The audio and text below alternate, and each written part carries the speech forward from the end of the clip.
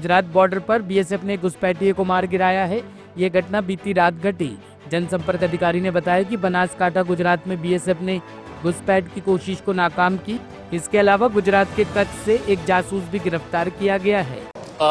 ATS Gujarat द्वारा सहदेव सिंह दीपूबा गोहिल करके एक मल्टीपर्पज हेल्थ वर्कर जो कच्छ में काम करता है उसको धरपकड़ करके एक केस दाखिल किया है, जिसका डिटेल्स ऐसा है कि हमारा जो पुलिस सब इंस्पेक्टर राहुल गरचर को एक बातमी मिली थी कि सहदेव सिंह गोहिल नाम का एक हेल्थ वर्कर एक पाकिस्तानी एजेंट को बीएसएफ अने इंडियन नेवी का कुछ गुप्त माहिती उनको शेयर कर रहे थे।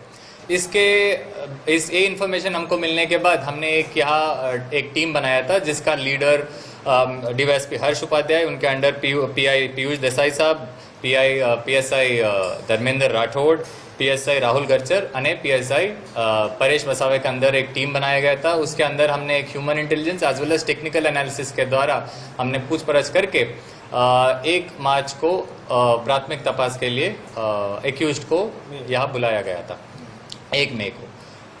उस दौरान हमको ये पता चला कि 2023 जून जुलाई उस दौरान अदिति भारद्वाज करके एक नाम की लड़की व्हाट्सएप माध्यम से सहदेव सिंह गोहिल को संपर्क में आया था। बातचीत बढ़ी है। उसके बाद उन दोनों के बातों में ये पता चला, उन्होंने क्लियर किया, इसको कॉन्फिडेंस में लेके इसको पता चला कि पाकिस्तानी एजेंट थी। उसके बाद कुछ उनके एरिया में जो सीक्रेट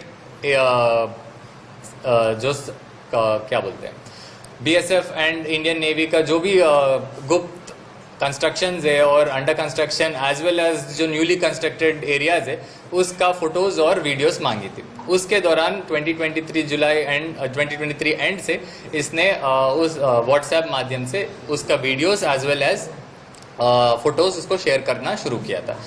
उस दौरान 2025 बिगिनिंग में सहदेव गोहिल ने उसने खुद के आधार कार्ड से एक सिम लिया था और उस सिम से एक व्हाट्सएप एक्टिवेट करके ओटीपी के थ्रू अदिति भारद्वाज को दिया गया था।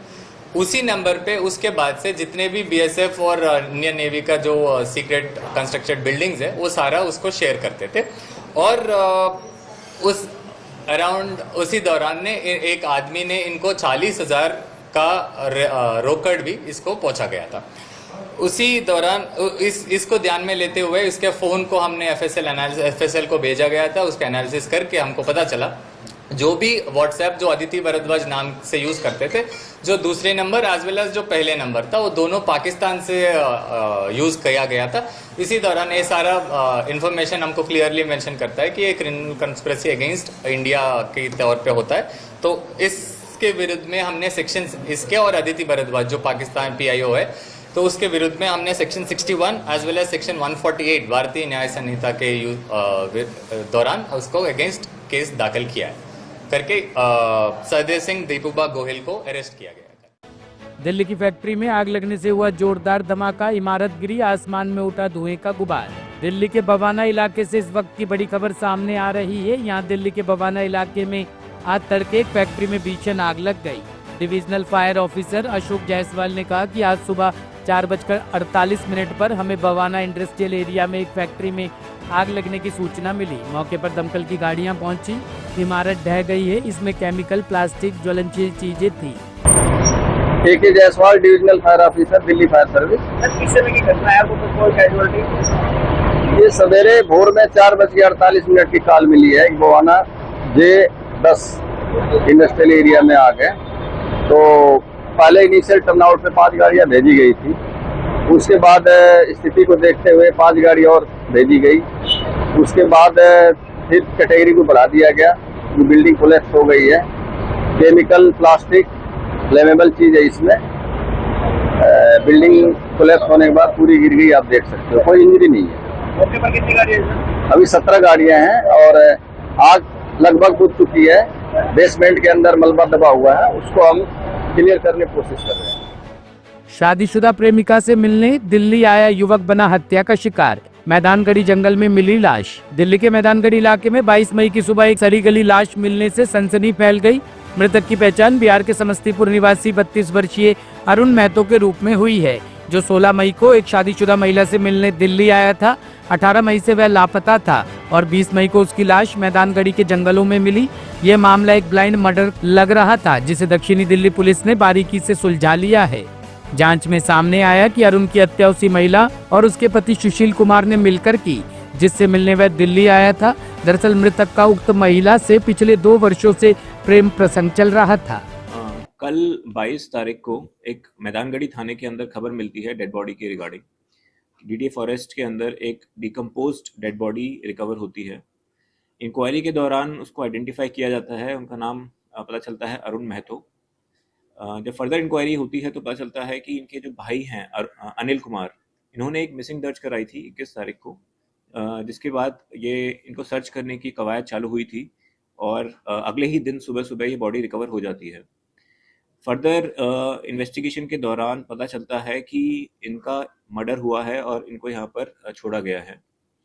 जब इन्वेस्टिगेशन होती है, मैदानगढ़ी थाने की जो टीम है under supervision of ACP Mehrauli, SHO Mehrauli, SHO Maidangarhi, ATO Maidangarhi और ब्रेवो मैदानगढ़ी, और जो टीम है पूरी, इन्होंने बहुत ही अच्छा काम किया है।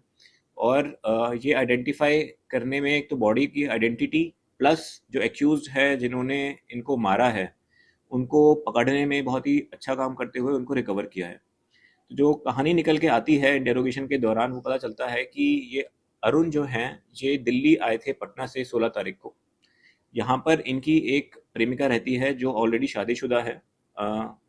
वो उसकी शादी हो रखी है और जो उनका पति है वो उसके साथ यहाँ पर रह रही थी। ये जो प्रेमिका है और ये तीनों हैं जो एक्यूज्ड और विक्टिम, तीनों बिहार से बिलोंग करते हैं। पहले बिहार में आपस में रिलेटिव्स हैं, जानते थे एक दूसरे को। जो इनके हस्बैंड थे सुशील कुमार प्रेमिका के, वो यहाँ पर 17 साल से यहाँ पर दिल्ली में रह रहे हैं काम के सिलसिले में, 17 साल से। जो इनकी वाइफ है वो लास्ट 3 साल पहले ही यहाँ पर आई हैं। उससे पहले वो बिहार में ही थी और उनका आपस में जान पहचान थी विद द विक्टिम। अब ये जब यहाँ पर आई तो जो अरुण है डिसीज्ड, वो इनके साथ अपने रिलेशंस बनाने की कोशिश कर रहे थे, इनसे बार बार संपर्क करने की कोशिश करते थे, इनके ऊपर प्रेशर डालते थे, बातें भी होती थी फ़ोन पे बातें करने की कोशिश करते थे ये। तो इनके पति सुशील को जब ये पता चलता है 3-4 दिन पहले, तब इन्होंने ये पूरा प्लान बनाया कि इसको किस तरीके से ख़त्म किया जा सके। इस प्लान के सिलसिले के दौरान इन्होंने इस अरुण को एक लोकेशन पे बुलाया जंगलों के अंदर। जो वाइफ है उसने इनको यहाँ पर बुलाया, जहाँ पर जो सुशील है वो छुपे हुए थे जंगल के अंदर पहले से ही। एक वेपन ऑफ ऑफेंस जो यहाँ पर रॉड है, आयरन रॉड, वो अपने पास लेके छुपे हुए थे। जब ये आते हैं, दोनों की आपस में बातचीत होती है, इतने में ही पीछे से सुशील अरुण के ऊपर वार करते हैं सर पर, और वो बेहोश होकर नीचे गिर जाते हैं और उनके ऊपर वापस से वार होता है, जिससे उनकी वहाँ पर डेथ हो जाती है।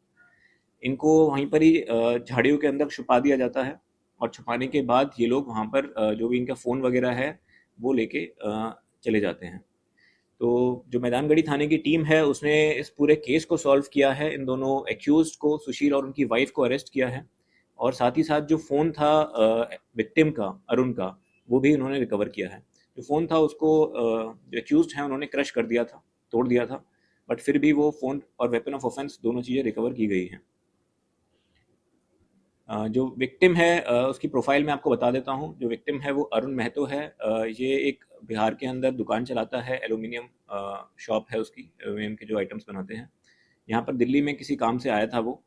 और जो एक्यूज्ड हैं सुशील और उनकी वाइफ, जिनकी वाइफ है वो तो हाउस वाइफ है, और जो सुशील हैं वो एक लेबर का काम करते हैं यहाँ पर दिल्ली के अंदर, और तीनों के तीनों बिहार से बिलोंग करते हैं।